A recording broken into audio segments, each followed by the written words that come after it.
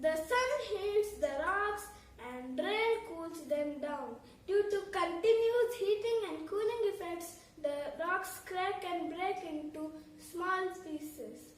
The small pieces rub against one another, resulting in the formation of even smaller and finer particles.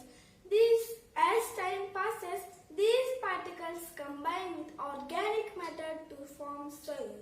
You know, soil has 4 layers. First one is topsoil.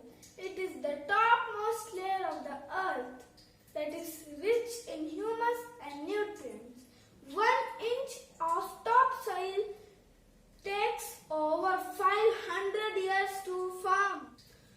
Second layer is subsoil. It contains little humus and minerals. It's harder than topsoil. Third layer is parent rock. It consists the pieces of original rock. Bedrock is the 4th layer. It is the hardest layer of soil, also known as solid rock. Groundwater is found here. Do you know, friends?